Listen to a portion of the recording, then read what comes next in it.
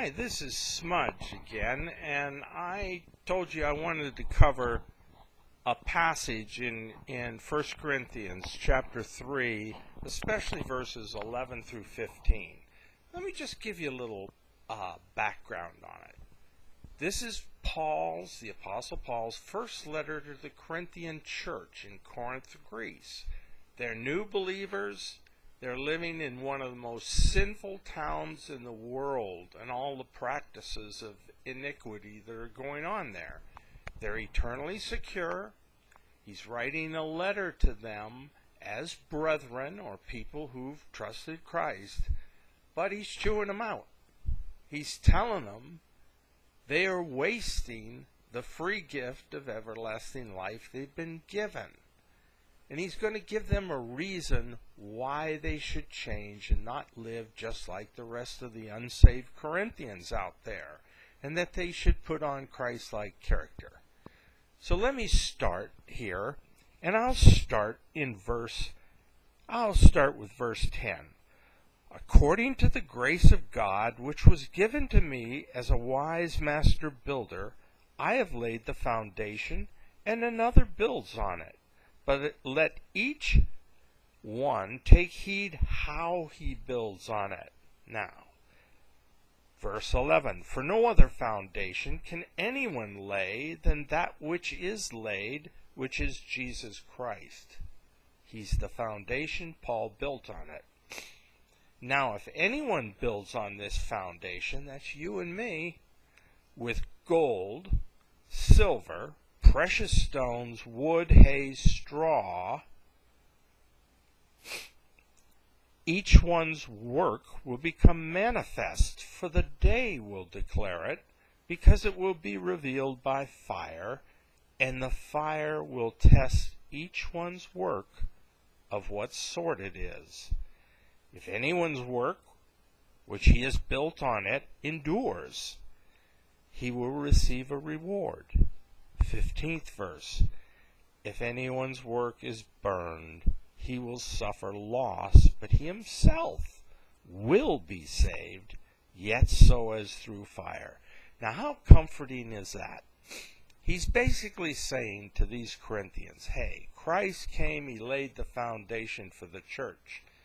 We can build on that foundation, and you're not going to build on it in the worldly ways. You're only going to build on it on the teachings of Christ, because most of the New Testament is written to believers and how to shape up and start living right.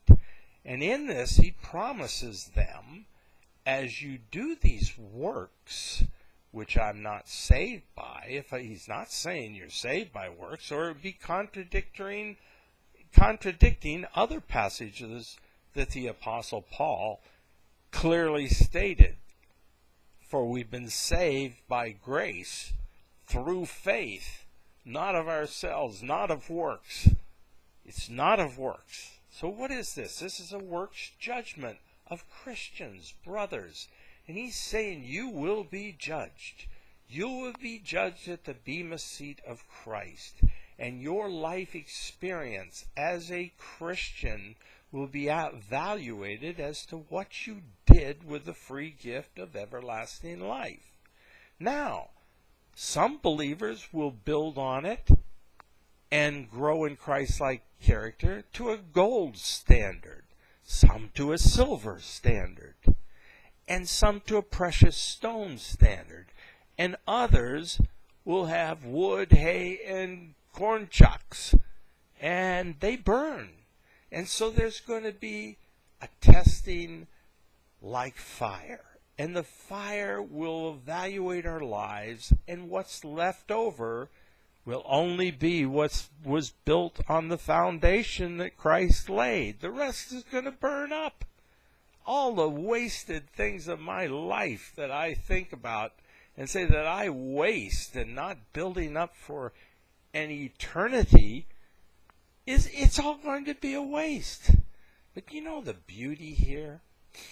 The beauty is the 15th verse, which really ought to make us all feel very comfortable and deal honestly with our lives. And that's where he says, if anyone's work is burned. In other words, your whole work, all your life is burned up. It wasn't built on Christ. It was some selfish motivation or built on the worldly things around us. He or she will suffer loss. Loss of what? The reward. But he or she will be saved from hell, yet so as through fire. So I can take my life's experiences with me into eternity, and they can be useful to Christ in his 1,000-year kingdom. Or I can just waste my temporal life here, living for myself, and have no eternal reward. Okay, I hope that makes it a little clear. I'm saved by grace through faith, but works will count for reward. One is earned, the other's free. Separate them. Endurance and working, that takes some effort.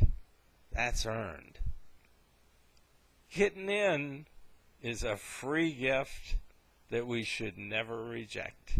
Okay, God bless you. I hope this comes out okay. It's a little focus problem, but God bless you. Smudge out.